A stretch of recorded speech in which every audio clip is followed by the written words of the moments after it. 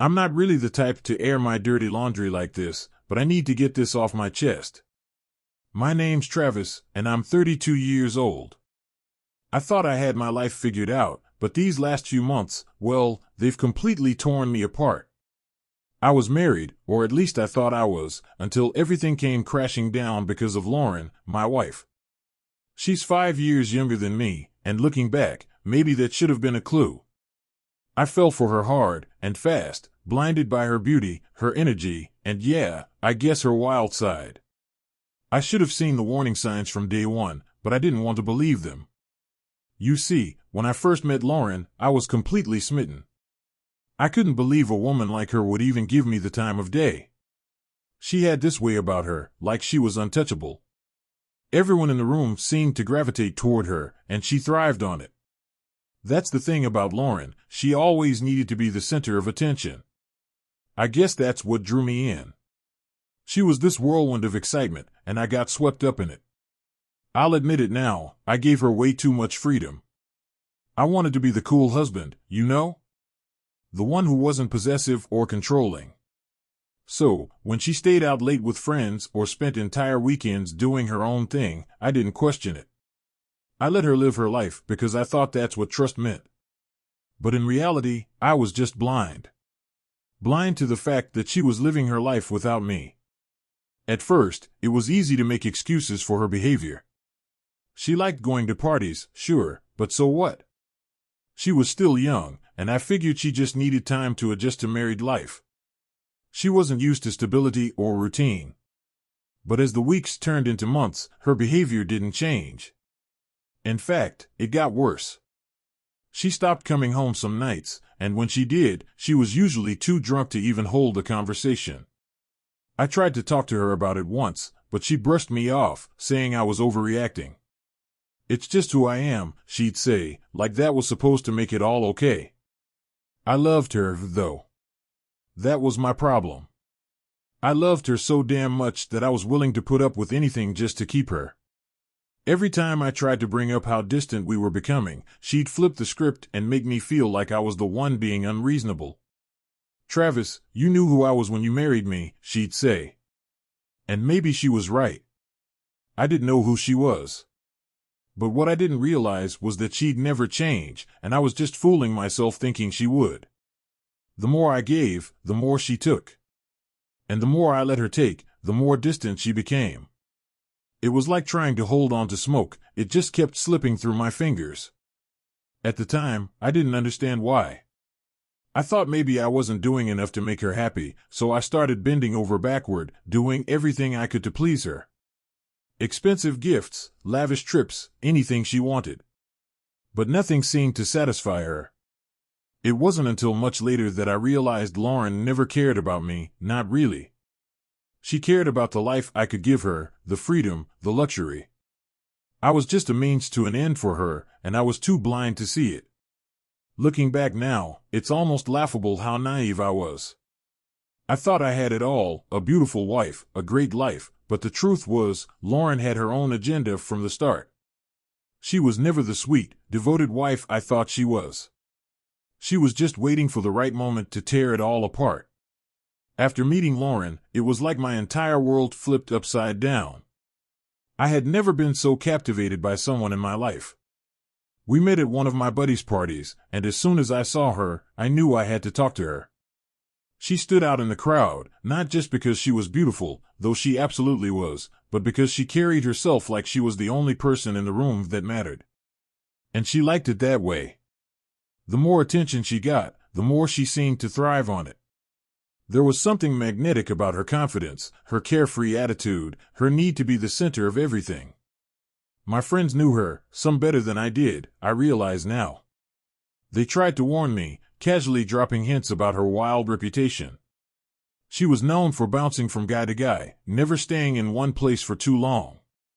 Travis, she's trouble, they'd tell me. But I didn't want to listen. I didn't care about her past, I only cared about how she made me feel. She had this way of making you feel like you were the only person in the world when she was with you, and I fell for it.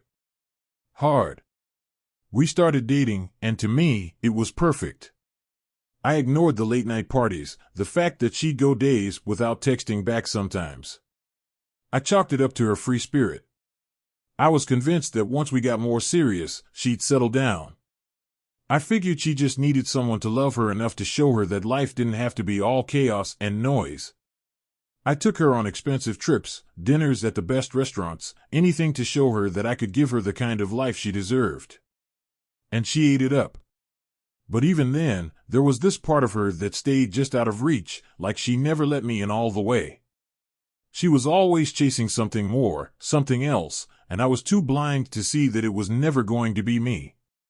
After 6 months, I was convinced that I'd found the woman I wanted to spend the rest of my life with.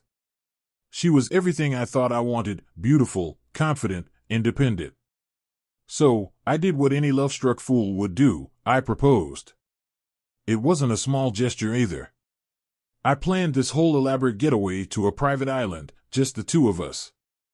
I pulled out all the stops, hired a private chef, bought the most ridiculous ring I could afford, and waited for the perfect moment to pop the question.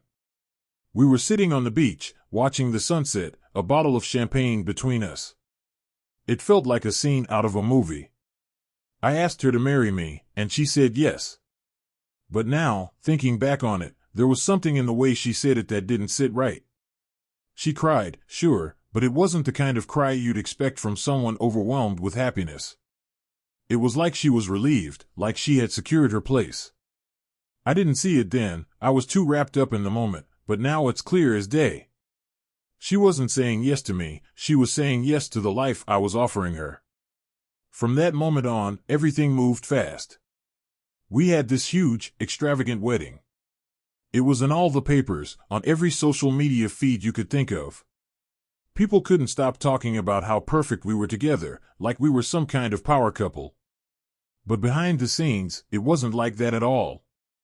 Even during the wedding, I could feel this growing distance between us, like she was there for the spectacle, not for me.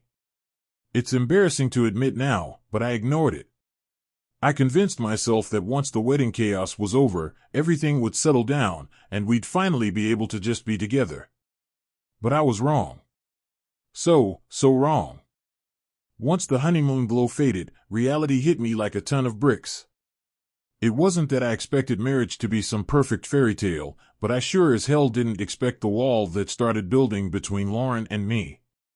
At first, I tried to convince myself it was just the natural adjustment to married life. After all, we didn't know each other that well before we tied the knot. But the truth was, she wasn't just distant, she was checked out. I'd come home from work, hoping to talk about our day, maybe have dinner together, but Lauren always had other plans. If she wasn't out with her friends, she was holed up in her separate room, doing God knows what.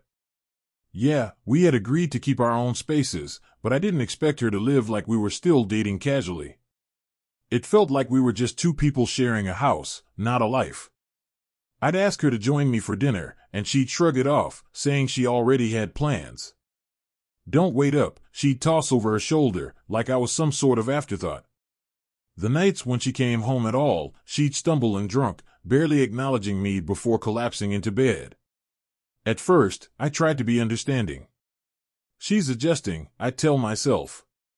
She'll settle down once she gets used to this new life. But weeks turned into months, and nothing changed. If anything, she got worse. She'd come home smelling like booze, sometimes perfume that wasn't hers, and there was always this smug smile on her face like she was getting away with something. I started to dread those nights, the ones where she would crawl into bed beside me, her back turned like I wasn't even there. I tried to talk to her about it, about how it felt like she was slipping away from me. I asked if something was wrong, if there was anything I could do to help her adjust. She just laughed it off, waving her hand dismissively like I was making a big deal out of nothing. Travis, this is who I am. You knew that when you married me, she'd say. And honestly, maybe she was right. I didn't know she liked to party, to live life on her own terms. But I thought marriage meant something would change. I thought it meant we were partners now, that we were in this together.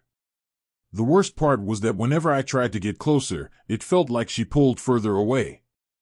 I'd planned these special nights for just the two of us, dinners, little weekend getaways, but she never seemed interested. She'd always have an excuse ready, something about being too tired or having already made plans. I was bending over backwards to keep us connected, but no matter what I did, she just wasn't there. One night, after another one of her disappearing acts, I finally had enough. I sat her down and told her we needed to talk. I asked her, point blank, why she was so distant. Is there something I'm missing here? Do you even want to be married to me? I said, hoping for some kind of real answer. But all I got was the same dismissive attitude. She looked at me like I was being overly dramatic. Travis, you're making this way more complicated than it needs to be. I'm just adjusting. Give me time. Adjusting. That was her favorite word, but I wasn't sure what she was adjusting to anymore. We'd been married for months now, and if anything, it felt like she was getting more comfortable with the distance between us. I started to wonder if this was all part of her plan, keep me at arm's length, live her life the way she wanted, and still have me footing the bill for it. I didn't want to believe it, but every time I tried to get close, she'd throw up another barrier. I started noticing little things that didn't add up. She'd get these texts late at night and quickly turn her phone screen off when I was around. She stopped wearing her wedding ring when she went out, saying it was too flashy or that it didn't match her outfit. I remember seeing her once at a bar with some of her friends, laughing, acting like she didn't have a care in the world. When I walked over to say hi, her smile faded for just a second, like I wasn't supposed to be there. Like I was intruding on her fun. That's when it hit me. Maybe she didn't want to adjust. Maybe she didn't want this marriage at all, at least not in the way I did. She liked the idea of being my wife, the lifestyle it gave her, but the actual commitment? The loyalty? That wasn't her style. I started to feel like a fool, and I hated myself for it. Here I was, doing everything I could to be a good husband, and she was living her life like she was still single, barely acknowledging the fact that we were supposed to be a team. But the worst part? I still loved her. I still wanted to make it work, even though I could feel her slipping away. I kept telling myself that maybe if I just gave her more space, maybe if I just kept trying, she'd come around. But the more I tried, the further away she got, and I started to wonder if she'd ever been close to me in the first place. I'll never forget the day everything really started to fall apart. It was a Tuesday afternoon, and I came home early from work to grab some documents for an upcoming meeting. I wasn't planning on staying long, just in and out. Lauren wasn't home, big surprise there, so the house was dead quiet. She'd probably gone off with her friends again, doing whatever it was she did when she wasn't pretending to be my wife. As I walked past her room, something nagged at me. Maybe it was intuition or just plain curiosity, but for the first time since we got married, I felt like I needed to know what went on behind that closed door. We kept separate rooms, something Lauren had insisted on for space, and I'd respected her boundaries. But lately, those boundaries had started to feel more like walls, once she used to shut me out of her life.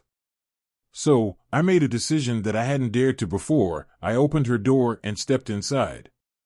Her room was neat, too neat for someone who lived so chaotically.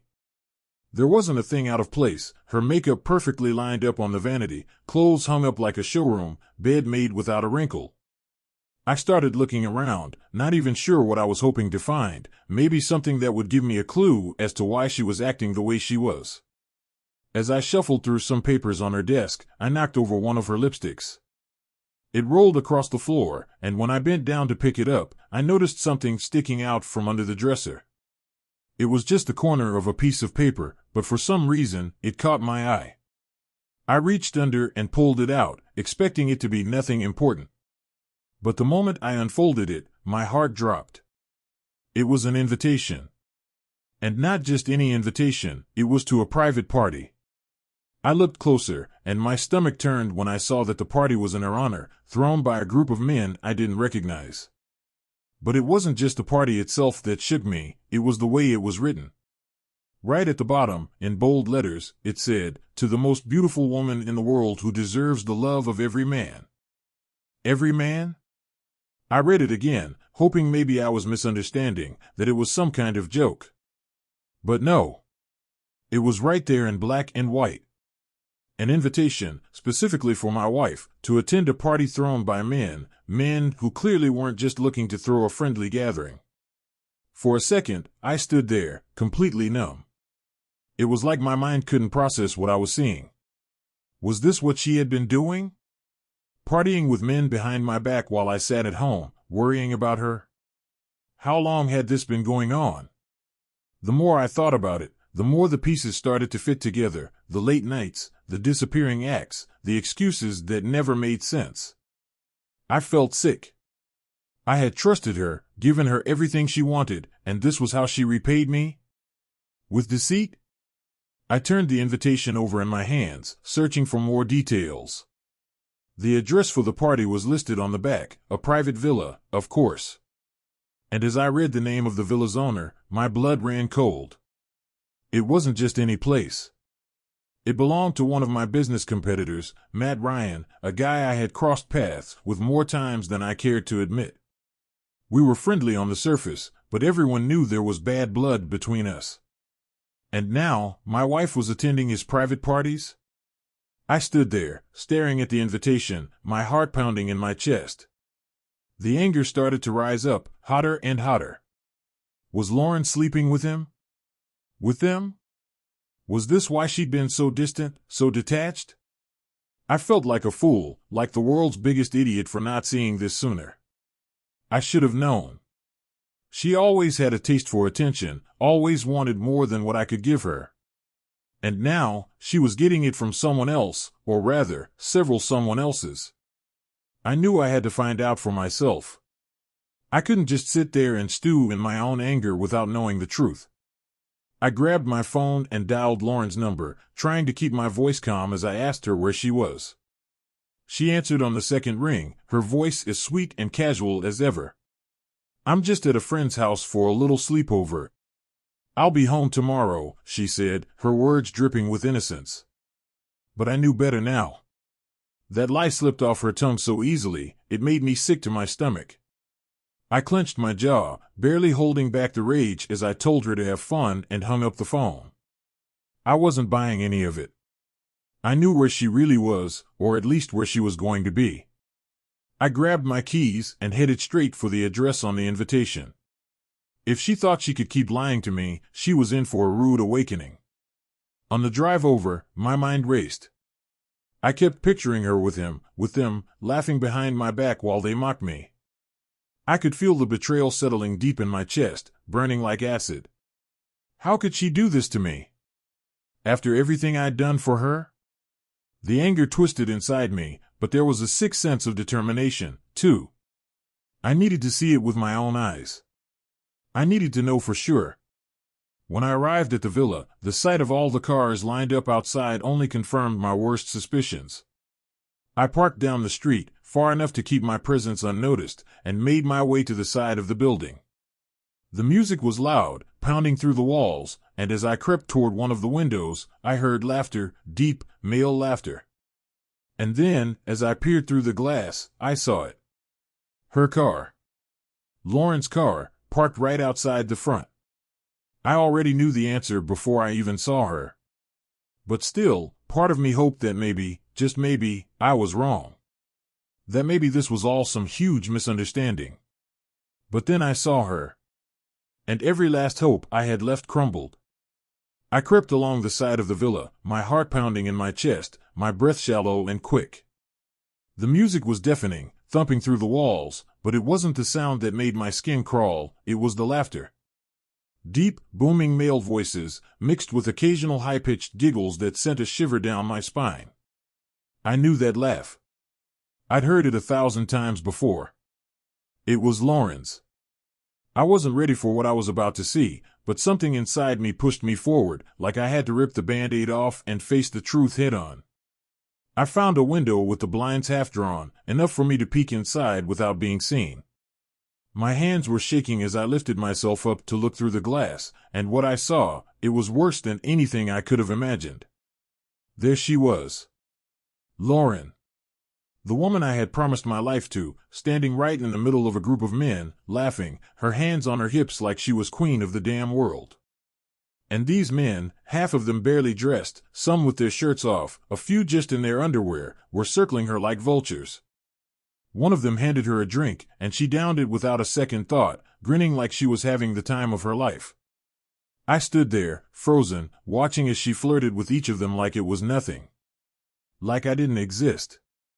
The rage inside me boiled to the surface, and I wanted nothing more than to kick down the door and drag her out of there. But I couldn't move. My feet were glued to the ground, and all I could do was watch as my wife, paraded herself around like she was available to anyone who wanted her. And then, it got worse. One of the men, some guy I didn't recognize, stepped forward and pulled Lauren into his arms. Without hesitation, she let him kiss her, right there in front of everyone. Her hands gripped his shoulders, pulling him closer, while the others hooted and hollered like it was some kind of show. My stomach churned, my fists clenched so tight I thought my knuckles would split open. I could barely breathe. This wasn't real.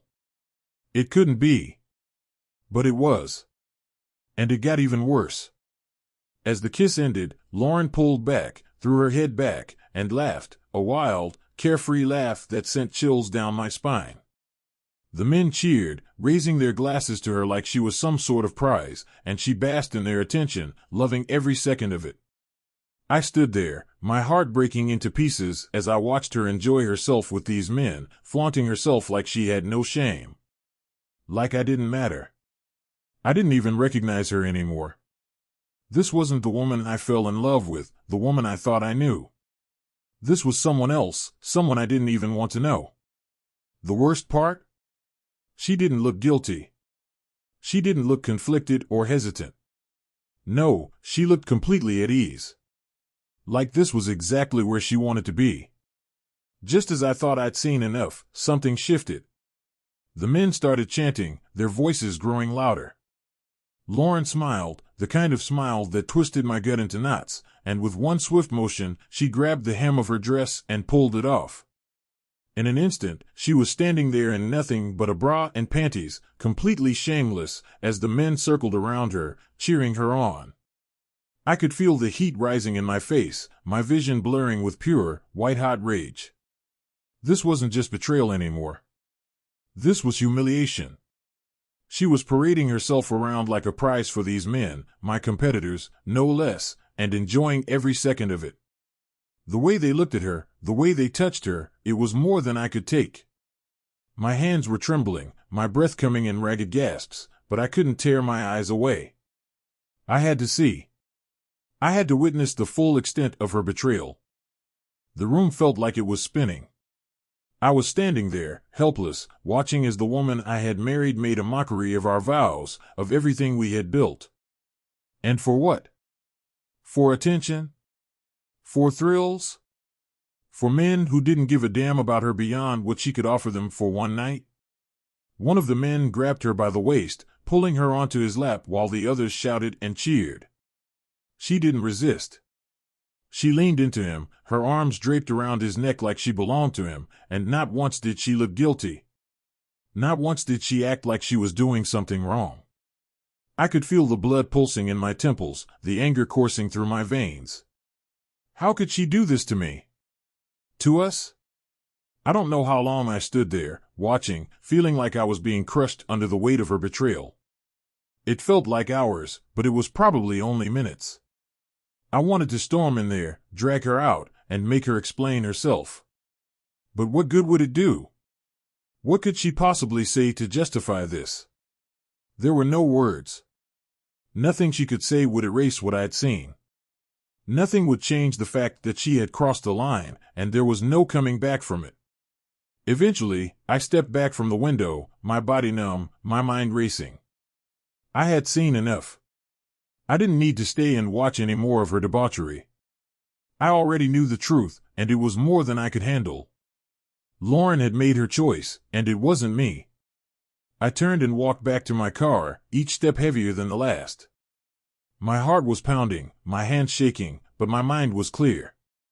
There was no coming back from this. She had thrown away everything we had, everything I had given her, for a night of drunken attention from men who didn't care about her. As I got into the car, I took one last look at the villa, the place where everything had fallen apart. I had trusted her. I had loved her. And she had betrayed me in the worst way possible. But she wasn't going to get away with it. Not this time. Not after what I had seen. The drive back from the villa was a blur. I don't even remember how I made it home, but by the time I got there, something inside me had changed. The shock was gone, replaced by something colder, darker. As I sat in the driveway, staring at the front door of the house that Lauren and I were supposed to call home, I knew I couldn't let this go. She had crossed a line, one that couldn't be uncrossed. And now, it was my turn. I'd been blind for too long, letting her play me for a fool. I gave her everything, a life most people only dream of, and she threw it all away like it was nothing. But what she didn't realize was that I wasn't going to be her victim anymore. She thought she could get away with this, that she could make me the laughingstock while she paraded around with other men. She was wrong. The moment I stepped into the house, my mind was already racing, working through every possible scenario. Lauren wasn't home yet, which gave me time. Time to plan. Time to think. Time to figure out exactly how I was going to make her pay. This wasn't going to be some emotional outburst, some petty argument where I'd scream and she'd cry and then we'd pretend like nothing happened. No, this was going to be calculated. Precise. I wasn't just going to get back at Lauren, I was going to destroy her. And I wasn't stopping with her. Those men, the ones who laughed and cheered while she made a fool of me, they were going to regret ever touching her. Matt Ryan, especially. He'd been waiting for a chance to take me down, and now he thought he'd found it by using my wife. But he didn't know me. He didn't know that I wasn't the kind of man you could humiliate and walk away from. I was going to tear down everything he had built, brick by brick. The first thing I did was sit down at my desk and start making a list. Every name, every detail. There were 6 men at that party, all of them connected to me in some way, business rivals, acquaintances, people who thought they could get one over on me. I wasn't just going to confront them. I was going to ruin them. My mind kept replaying what I had seen in that villa, Lauren laughing, drinking, letting those men touch her like she was theirs. And the more I thought about it, the more the rage festered. She hadn't just betrayed me, she'd humiliated me. She turned our marriage into a joke, something for others to laugh about behind my back. But I wasn't going to let them have the last laugh. No, I was going to flip the script. I started with the men. I knew that if I wanted to take them down, I had to be smart about it. Direct confrontation wouldn't work. These weren't the kind of guys who would back down from a fight. But they all had something to lose. Careers. Reputations. Families. And I was going to take it all from them, one by one. I spent the next few days digging into their lives. Matt Ryan was the easiest to target. He had a fiancée, a woman who had no idea what he was up to when she wasn't around. I found her contact information through some mutual acquaintances and sent her an anonymous message, hinting at what her beloved Matt was doing when she wasn't looking. She was bound to start asking questions. And when she did, I'd make sure she found the answers. For the others, I hired a private investigator. Someone discreet, someone who could dig up the dirt I needed without drawing attention. I wanted every detail, who they were seeing, where they spent their time, what skeletons they had hiding in their closets.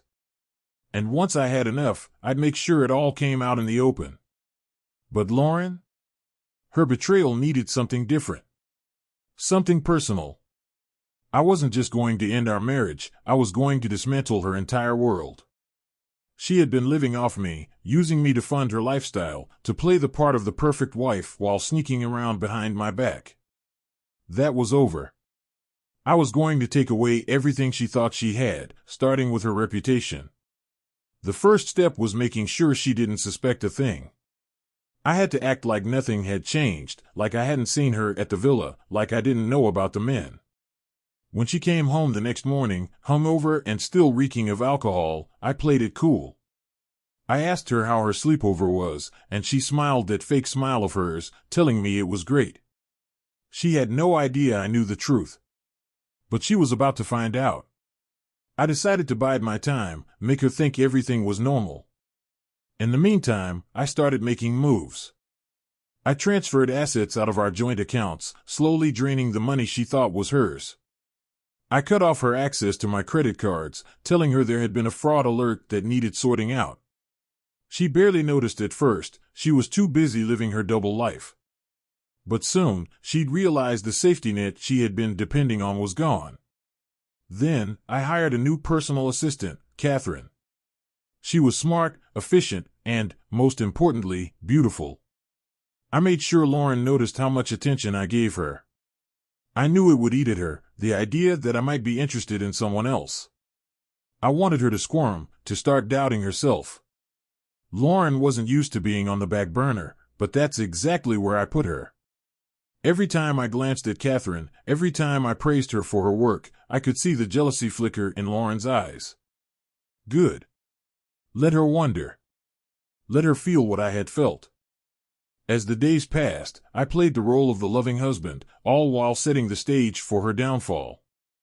I watched her carefully, waiting for the right moment to pull the rug out from under her. She thought she had me fooled, but in reality, I was 5 steps ahead of her. And soon, she'd know exactly what that felt like. Introducing Catherine into the picture was one of the smartest moves I made. Lauren had no idea she was about to be caught in her own web of lies. The idea came to me after I realized that playing the role of the clueless, loving husband wouldn't be enough. I needed to hit her where it hurt, her pride. And what better way to do that than by introducing another woman into the mix? Not just any woman either, but one who Lauren couldn't dismiss or control. That's where Catherine came in. Catherine was young, mid-20s, and strikingly beautiful. She was sharp too, with a quick wit and a professional demeanor that immediately caught everyone's attention. But it wasn't just her looks that made her perfect for my plan. It was the fact that she was everything Lauren wasn't, focused, loyal, and completely uninterested in the party scene that had consumed my wife. She was the kind of woman Lauren would see as a threat without me even having to lift a finger. It was a typical evening when I first introduced them. Lauren had been out with her friends again, and I knew she'd be stumbling in late, so I waited until just before she was due home to invite Catherine over. When Lauren finally came in, her hair a mess, cheeks flushed from too many cocktails, she wasn't expecting to see anyone but me. The moment she laid eyes on Catherine, standing in the living room with me, you could see the confusion flash across her face. "Lauren, this is Catherine," I said, putting on my best smile. "She's going to be working as my new personal secretary for the next few weeks." For a split second, Lauren's mask slipped. I could see the hint of jealousy flicker in her eyes before she quickly regained her composure. She plastered on a smile, but it didn't reach her eyes. "Oh, that's nice," she muttered, glancing between the two of us. "I didn't know you were looking for a new assistant." I shrugged casually, making it seem like it wasn't a big deal. It was a last-minute decision. I needed someone to help me with this new project, and Catherine came highly recommended. Lauren's gaze lingered on Catherine for a moment, sizing her up. I could almost hear the wheels turning in her head. She was trying to figure out what was going on, but I wasn't giving her anything. Catherine, on the other hand, played her part perfectly, polite, professional, and completely oblivious to the tension hanging in the air. For the next few days, I made sure Lauren knew that Catherine was around. I invited her over frequently under the guise of discussing work, and every time Lauren saw us together, her irritation grew. I could see it in the way she'd snap at me over the smallest things, or how she'd make passive-aggressive comments about my new little secretary. She hated it, and that was the point. I started to act like Catherine was indispensable, praising her in front of Lauren at every opportunity. Catherine's been a huge help, I'd say casually over dinner, watching as Lauren stabbed at her food a little too forcefully. I don't know what I'd do without her. Lauren's jealousy was bubbling just beneath the surface, and she tried to hide it, but I could see the cracks forming. The late-night parties became more frequent, her excuses flimsier. She was trying to assert her control, but it wasn't working. I had flipped the script, and now she was the one feeling insecure, wondering what was really going on between Catherine and me. One night, I decided to take it a step further. Catherine was at the house again, helping me sort through some documents for an upcoming business trip. Lauren had been in a bad mood all day, sulking in her room, probably nursing a hangover from another wild night. I knew she was already on edge, so I decided to push her a little more. As Catherine and I sat on the couch, going over the plans for the trip, I leaned in just a bit closer than necessary. I could feel Lauren's eyes on us from the hallway. She had come downstairs, probably to grab a drink, but when she saw us sitting there, she froze. I didn't say anything to acknowledge her presence at first. Instead, I kept my focus on Catherine, resting my hand casually on the back of the couch, close enough to her that it looked intimate. "Do you think we'll be able to get everything done before the trip?" I asked Catherine, my voice deliberately soft. Catherine nodded, completely unaware of the silent war happening just a few feet away. "Absolutely. I've already handled the preliminary reports, so we're ahead of schedule." That's when Lauren finally snapped. She stormed into the living room, her face a mix of anger and disbelief. "What the hell is going on here?" she demanded, her voice louder than it needed to be. I leaned back on the couch, acting surprised by her outburst. "Lauren, relax. We're just going over work stuff." She glared at Catherine, who looked genuinely confused by the hostility. "Work stuff?" Lauren repeated, her tone dripping with sarcasm. "It sure as hell doesn't look like work." I could feel the rage boiling inside her, and it took everything in me not to smirk. She was finally showing her true colors, the insecurity, the jealousy. I stood up slowly, walking over to her with a calm that only seemed to infuriate her more. "Lauren, you're overreacting," I said, keeping my voice steady. "Catherine's just doing her job. If you have a problem with it, maybe you should take a look at why." Her eyes flashed with anger, and for a moment, I thought she might say something about her own infidelities, might blurt out a confession in her fury. But she didn't. Instead, she turned on her heel and stormed out of the room, muttering under her breath. I glanced at Catherine, who looked slightly bewildered by the whole scene. "Sorry about that," I said smoothly. "She's just stressed." Catherine gave a polite nod, still clearly unsure of what had just happened. "No worries," she said quietly, gathering her things. "I'll head out for the night." Once Catherine left, I waited for Lauren to come back downstairs. I knew she was fuming, probably up in her room, trying to figure out what was really happening. I didn't care. The seeds of doubt had been planted, and that was all that mattered. She was the one who had betrayed me, but now I was turning the tables, making her feel like she was losing her grip on me. And the best part? She had no idea that this was just the beginning. After setting the wheels in motion with Catherine, I knew the next step was to gather the kind of evidence that would truly break Lauren's world apart. It wasn't enough for me to know she was cheating. I needed proof, and I needed to see it for myself.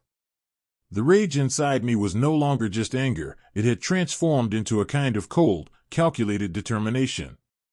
I wasn't going to confront her until I had everything. So, I took the game a step further. I told Lauren that I'd be leaving for a 2-week business trip and that Catherine would be accompanying me to handle the logistics. I could tell from the look on her face that she wasn't happy about it, but she didn't dare challenge me openly. She knew she couldn't accuse me of anything without opening the door to her own misdeeds, so she just played along, pretending like everything was fine. "Have a great time," she said with a forced smile as I packed my bags. "I'll just hang out with my friends while you're gone." "I bet you will," I thought. Before I left, I hired a private investigator to follow her every move while I was away. I didn't trust her for a second, and I knew she wasn't going to sit quietly at home waiting for me to return. No, she'd use this time to do exactly what I expected, continue her affair. But this time, I would have eyes everywhere. As soon as I left for the airport with Catherine, I checked into a nearby hotel, far enough away from home but close enough to keep tabs on her. The private investigator I hired was discreet, skilled, and ready to report back every detail of Lauren's activities. But I wasn't content to just let someone else do the dirty work. I wanted to see it with my own eyes. After all, I knew Lauren better than anyone, her patterns, her habits, and the people she liked to surround herself with. The first day was uneventful. She went to lunch with one of her girlfriends, acted completely normal. It wasn't until the second day that things started to get interesting. My investigator sent me a message around noon. She's heading to a hotel downtown. A hotel? Now that was suspicious.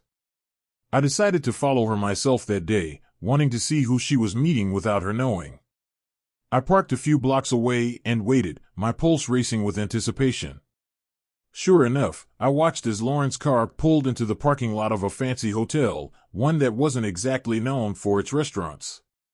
She stepped out, looking more put together than she had in weeks, like she was getting ready for a special occasion. She wasn't going to meet a friend for lunch, this was something else. I watched from a distance as she walked inside, her head held high, completely oblivious to the fact that I was watching. My hands tightened around the steering wheel, but I forced myself to stay calm. I wasn't ready to confront her, not yet. I needed to know who she was meeting. 15 minutes later, my question was answered. I saw him, Matt Ryan, my business competitor and one of the men from that damned villa party. My blood boiled as I watched him casually stroll into the hotel lobby, like he didn't have a care in the world. He greeted Lauren with a kiss on the cheek, and they laughed like old friends. Like nothing was wrong. I sat there, my heart pounding, fighting the urge to run inside and confront them both right then and there. But I didn't. I needed more than just a fleeting glance of them together. I needed concrete proof. They disappeared into the hotel for over 2 hours. I didn't need to know the details of what went on behind closed doors, but my imagination filled in the gaps all too easily. When they finally emerged, they looked relaxed. Too relaxed. Lauren was smiling, her arm casually brushing against Matt's as they walked to their cars. They didn't even try to hide it. The audacity of it all made my stomach churn. I waited until they left before I called my investigator, instructing him to continue tailing Matt. I needed everything, his habits, his meetings, his connections. Not just for revenge, but because if I was going to take him down, I needed to know exactly where to hit. And as for Lauren, I knew this wasn't the only man. I needed to see the full extent of her betrayal before I struck back. Over the next week, the investigators sent me daily updates. Lauren was meeting with Matt regularly, and when she wasn't with him, she was out drinking with her so-called friends, most of whom knew exactly what was going on. There was no guilt, no hesitation in her actions. She was living a double life, plain and simple. During the day, she played the part of the loyal wife, but as soon as she thought I was out of town, she was back to her old tricks. On the fourth day, she met up with yet another man, this one a different face, but clearly part of her revolving door of affairs. They had lunch at a secluded restaurant on the outskirts of town, somewhere far enough away that she wouldn't be recognized. But she hadn't counted on me having someone watching her every move. By the time the second week rolled around, I had everything I needed. The investigator had gathered enough evidence to not only prove Lauren's infidelity but also to damage Matt Ryan's reputation. He wasn't just sleeping with my wife, he was making business deals behind the scenes that were less than legal. And now, I had proof of both. But I wasn't ready to strike just yet. I wanted to watch her squirm first. I needed her to know that I was always one step ahead of her, that her lies and deceit had caught up with her. So, I decided to stage a little welcome home surprise. On the day I was supposed to return from my business trip, I made sure everything was in place. Catherine had been briefed, and my investigator was standing by with the final report. All that was left was for Lauren to walk into the trap. That evening, I came home earlier than expected, just to catch her off guard. I wanted to see the look on her face when I walked through the door with Catherine beside me. Sure enough, when Lauren heard the door open, she rushed downstairs, her expression a mixture of relief and surprise. She clearly wasn't expecting me to show up so soon. Back early? She asked, her voice strained, eyes flicking nervously between me and Catherine. Missed home, I replied coolly, watching her closely for any signs of guilt. Figured we'd get things wrapped up quicker than expected. I could see the wheels turning in her head. She was wondering if I knew. If I had found out. But she kept her composure, playing the part of the dutiful wife. For now. I had everything in place. The lies, the deceit, it was all laid bare, and the time had come for Lauren to face the consequences. My mind raced as I prepared for what would be the most satisfying moment of my life, the moment she realized that I knew everything. This wasn't just about catching her in the act anymore. It was about watching her world fall apart piece by piece, the way she had torn mine apart. The night of her downfall started like any other. She came home late, as usual, acting like she had just spent an innocent night out with her friends. But I knew better. I had been tracking her all week, watching as she slinked around town with Matt Ryan and whatever other men she thought I didn't know about. But now it was time for her to see just how much I did know. I greeted her at the door with a smile, playing the part of the doting husband. "Hey, babe, how was your night?" I asked, masking the bitterness in my voice. She gave me that same rehearsed smile she always wore when she was lying. I could see through it now. "Oh, it was great," she said, her voice bubbly and casual, as if she hadn't just spent the night with another man. "We just had some drinks and caught up." I nodded, pretending to believe her, knowing full well what I was about to unleash. "Glad you had fun," I said, stepping aside so she could walk into the living room. "There's something I want to show you." She glanced at me, a flicker of confusion crossing her face, but she shrugged it off and followed me. I could tell she wasn't expecting anything, just another night of deceiving her clueless husband. Little did she know, her time was up. I led her into the living room, where I had everything set up. The lights were dimmed, and in the center of the room sat a large television screen, ready to play the footage that would bring her lies crashing down. I grabbed the remote and gestured for her to sit on the couch. "What's all this?" she asked, a hint of suspicion creeping into her voice. "Just something I've been working on," I replied coolly, keeping my tone light. "Thought you might want to see it." She sat down, her eyes darting between me and the screen.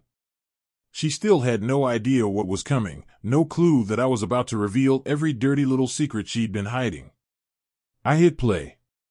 The screen flickered to life, and at first, it was just grainy footage of a hotel lobby. I could see her start to relax, like maybe she thought this was just some boring business presentation. But then, there she was. Lauren. Walking into that same hotel lobby, arm in arm with Matt Ryan, laughing, flirting, and completely oblivious to the fact that someone had been recording the entire thing. Her expression froze, her body tensing as she realized what she was seeing. What is this?" she stammered, her voice shaky now, no longer so sure of herself. I didn't answer. I just watched as her face drained of color, as the reality of her situation slowly dawned on her. The footage rolled on, showing her and Matt entering a hotel room together, the timestamp in the corner confirming everything I already knew. The lies, the cheating, the betrayal, it was all right there, undeniable. "Travis, I can explain," she started, but I cut her off. "Explain what?" I asked, my voice cold, the anger I had been holding back for so long finally seeping through. "Explain how you've been lying to me for months. How you've been sneaking around behind my back with him." I jabbed my finger at the screen, where Matt Ryan's smug face stared back at us. She opened her mouth to speak, but no words came out. She was cornered, and she knew it.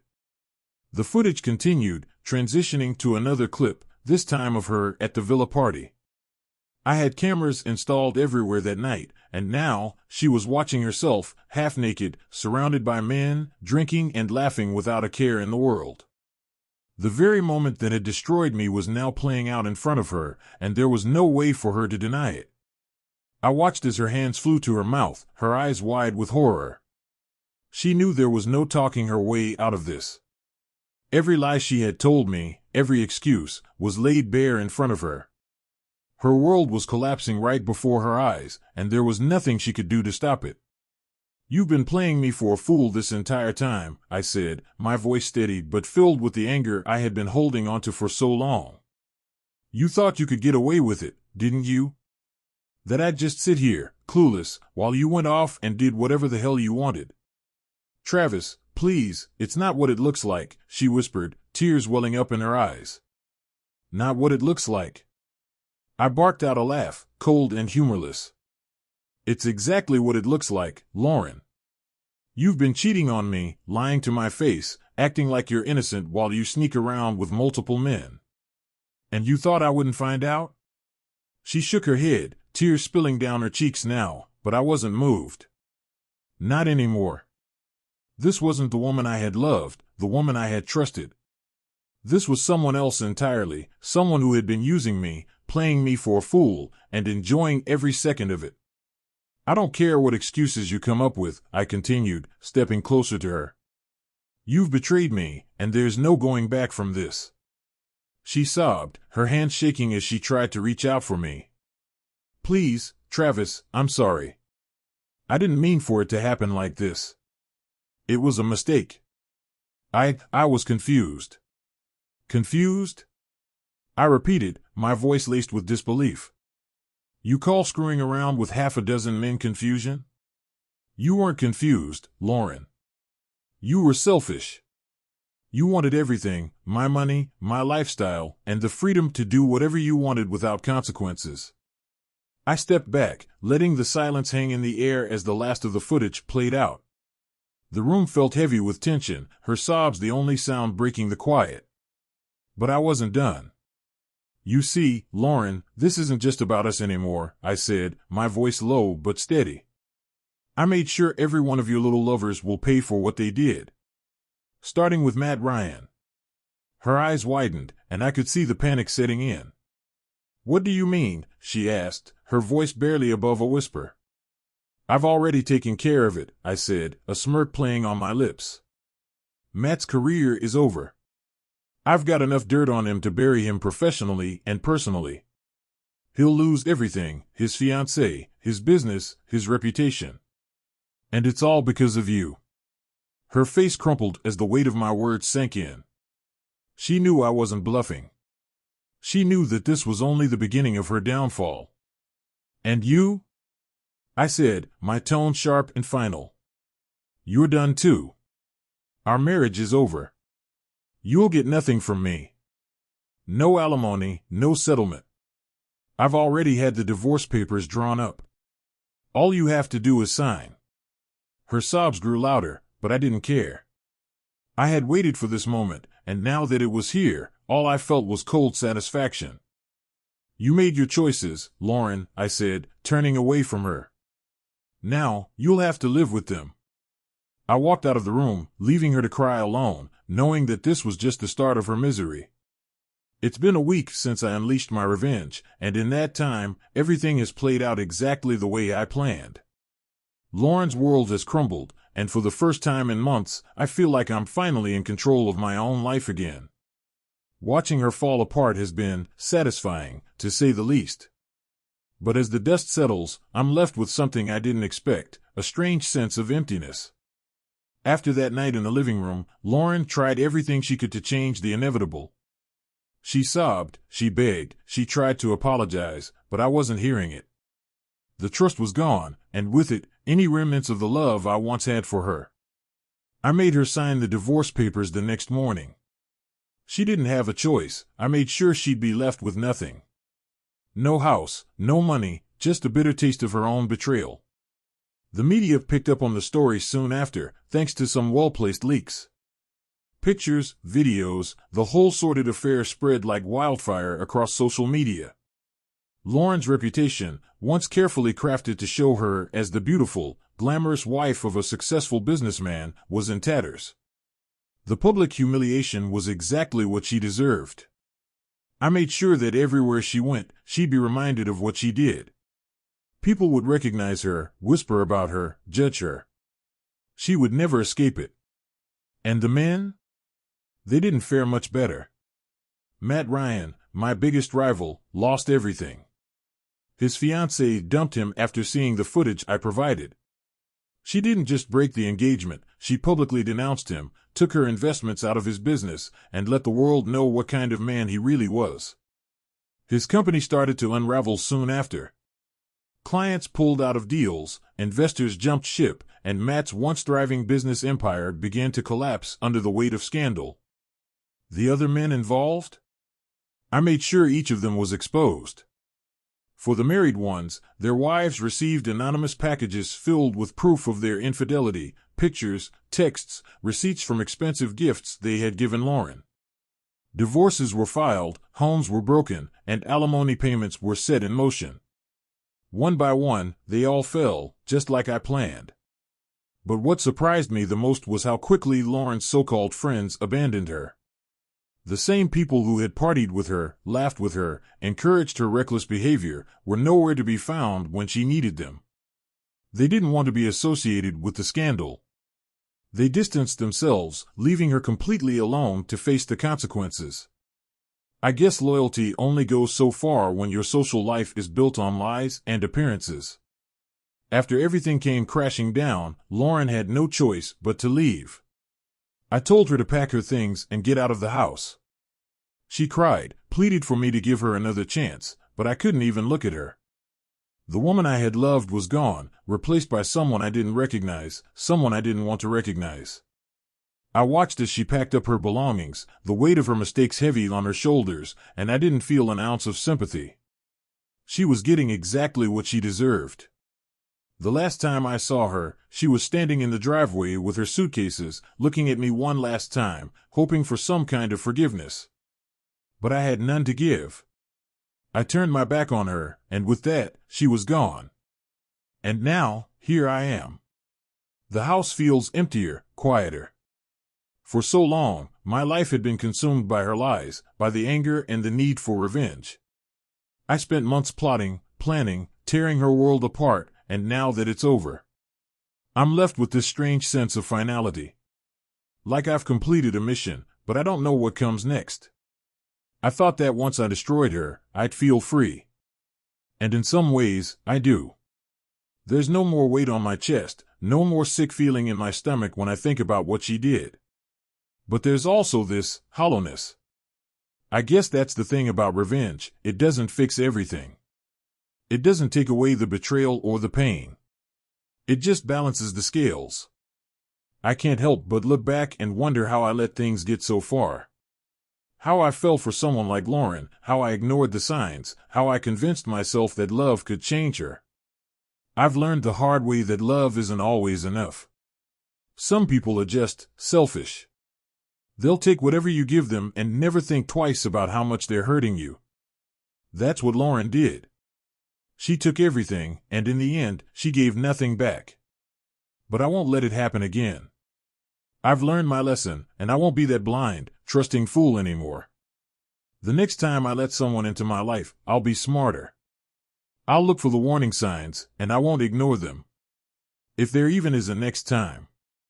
I've made a decision, I'm moving on. It's time to focus on me, on rebuilding my life the way I want it. No more lies, no more games. I've cleared the slate, and now it's time to see what I can build from the wreckage. As for Lauren, I don't know where she is now, and I don't care. She's out of my life for good, and that's all that matters. I hope she thinks about what she lost every single day. I hope the emptiness she feels is worse than mine. Because she didn't just lose me, she lost the life she could have had, the respect, the love. She threw it all away for cheap thrills, and now she has nothing. Revenge might not fix everything, but it sure as hell sends a message.